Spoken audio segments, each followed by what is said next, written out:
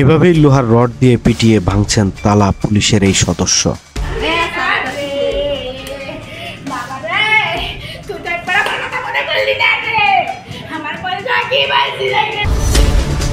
এই ঘরে যিনি থাকতেন তার মুঠোফোন বন্ধ, আশেপাশের ভাড়াটিয়ারাও উধাও।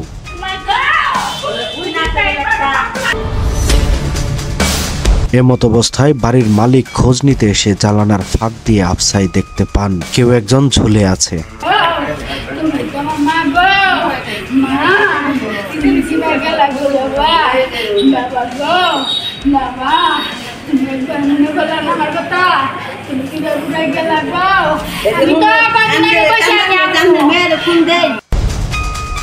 এই রুমে বসবাস করতেন স্বামী সহ আকলিমা নামের এক এনজিও কর্মী, যার বাড়ি ভালুকা উপজেলার উথুরা ইউনিয়নের চামিয়াদি গ্রামে। তিনি ওই গ্রামের আবুল হোসেনের মেয়ে, যাকে এই রুম থেকে উদ্ধার করা হয় ঝুলন্ত অবস্থায়।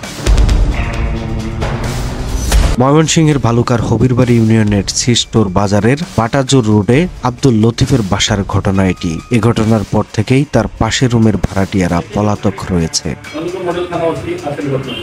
মঙ্গলবার দুপুরে মরদেহ উদ্ধার করে ময়নাতদন্তের জন্য ময়মনসিংহ মেডিকেল কলেজ হাসপাতালের মর্গে পাঠায় ভালুকা থানা পুলিশ। ঘটনাটি পরিকল্পিত হত্যাকাণ্ড বলে প্রাথমিকভাবে ধারণা।